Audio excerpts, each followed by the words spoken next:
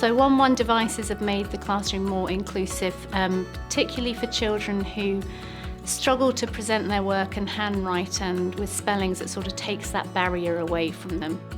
I think one of the best things about working with our own computer is, well, first of all, it makes everything so much easier. So we did like a magazine and it was really useful. We did it on PowerPoint because we could all edit the exact same document at the same time. I think the best thing about working on your own computer is that you don't have to share your ideas with someone else, and you can kind of write down your own ideas and instead of having someone else's, so it kind of feels like more like your own work.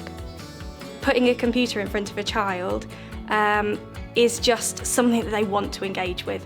They want to do their very best. So that means whatever ability the children are working at, they are just gripped and they want to do what I'm asking them to do. The best feature on our computer is all of them. Probably that you can find everything so easily. The bundle is very diverse and it's like there's something for anything you need to do on a computer.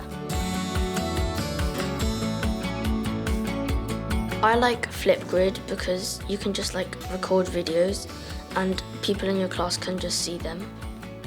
I would probably go with Sway because like you can do so much stuff like with someone or just by yourself, like working on a PowerPoint. I like all of them. There were children using the Translate tool who were using Immersive Reader and some of them using Dictate, which actually to me as a teacher has taken away the need for lots of different adults because they can take ownership of their learning and they can work out what it is they need to do in order to be successful.